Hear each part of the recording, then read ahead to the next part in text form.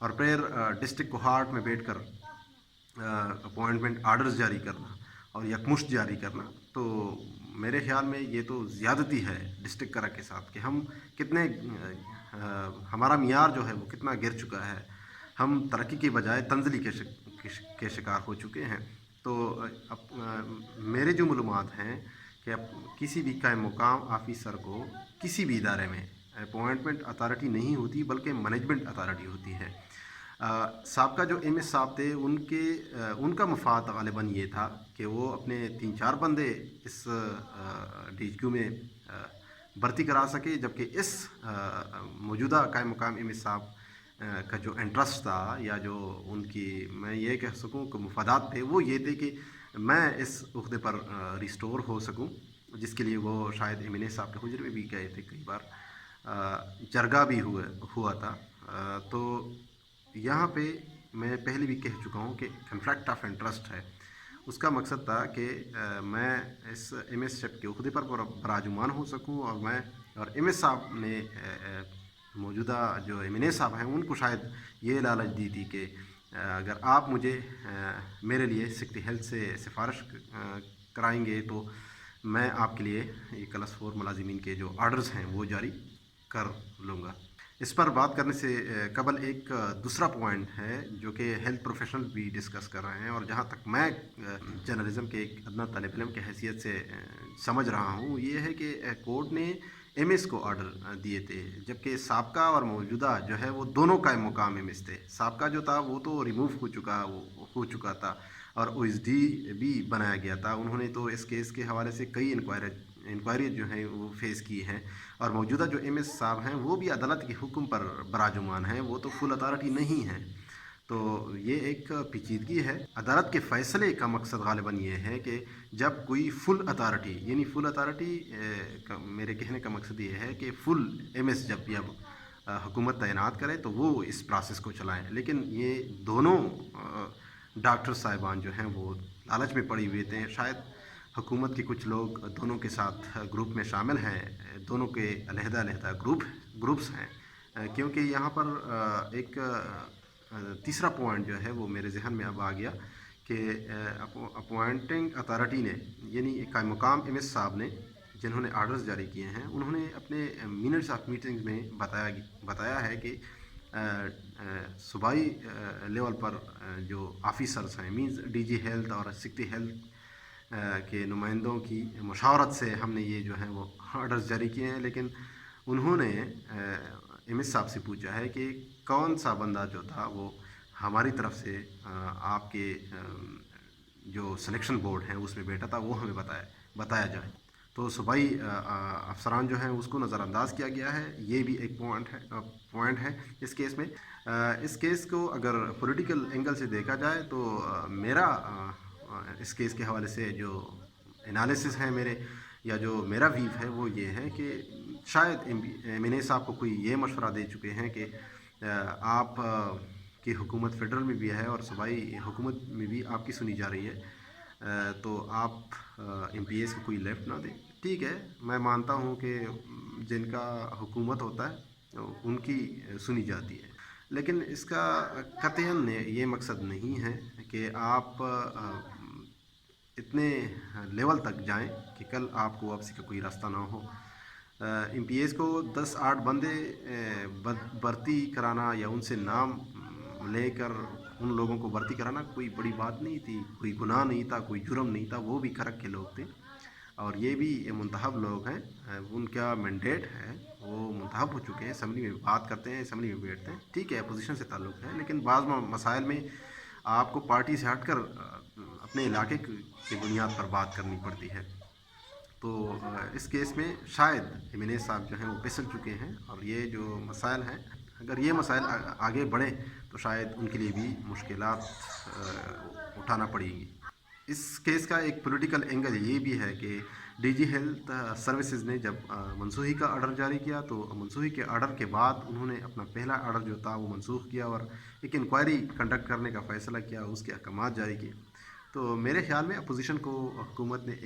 یا D G health صاحب نے ایک لولی پاپ دیا ہوا ہے کہ آپ بے فکر رہے ہیں، ہم اس کیس کو جو ہے وہ ٹیکل کر رہے ہیں، لیکن میرا نہیں خیال کہ اپوزیشن کے ڈیمانڈ جو ہیں وہ پورے ہو جائیں، کیونکہ اب اس کے جو ریئل گراؤنڈز ہیں، حقیقی جو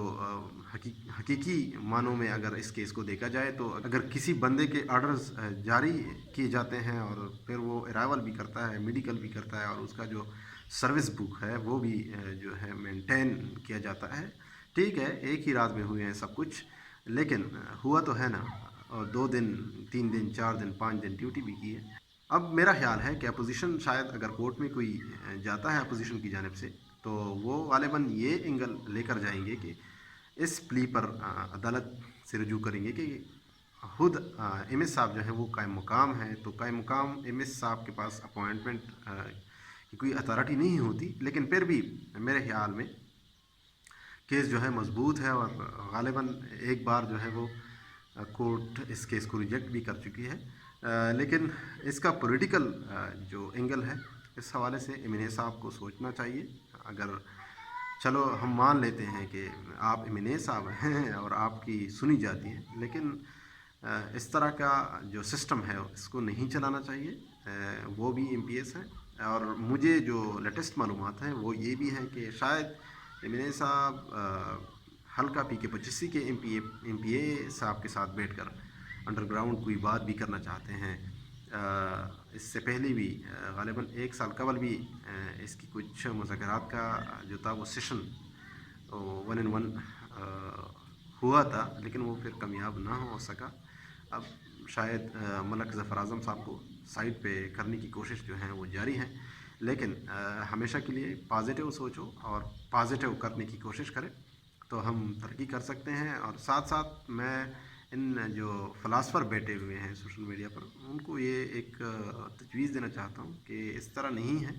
وہ میڈیا پر بھی الزامات لگاتے ہیں، ہم بھی سوشل میڈیا پروفائل رکھتے ہیں اور کمنٹس بھی کرتے ہیں، لیکن یہ اس طرح نہیں ہوتا جس طرح گھر میں بیٹھ کر کوئی کمنٹس کر سکے۔ مسائل بہت پیچیدہ ہوتے ہیں، ہر ایک کیس کو دیکھنا پڑتا ہے، ہر ایک کیس کے قانونی پیچیدگیوں کو دیکھنا پڑتا ہے، صحافی ذمہ دار لوگ ہوتے ہیں، تو اس طرح کی جو گالم گلوچ کا جو سسٹم سوشل میڈیا پر چل پڑ رہا ہے تو اس کو ذرا روکنا چاہیے۔ ہم ہٹک ہیں، ہمارا ایک نام ہے، ہمارا ایک تاریخ ہے، ہمیں لوگ بہت عزت کی نگاہ سے دیکھتے ہیں، تو اپنی جو عزت و وقار ہے اس کو گرانا نہیں چاہیے۔ خدا حافظ۔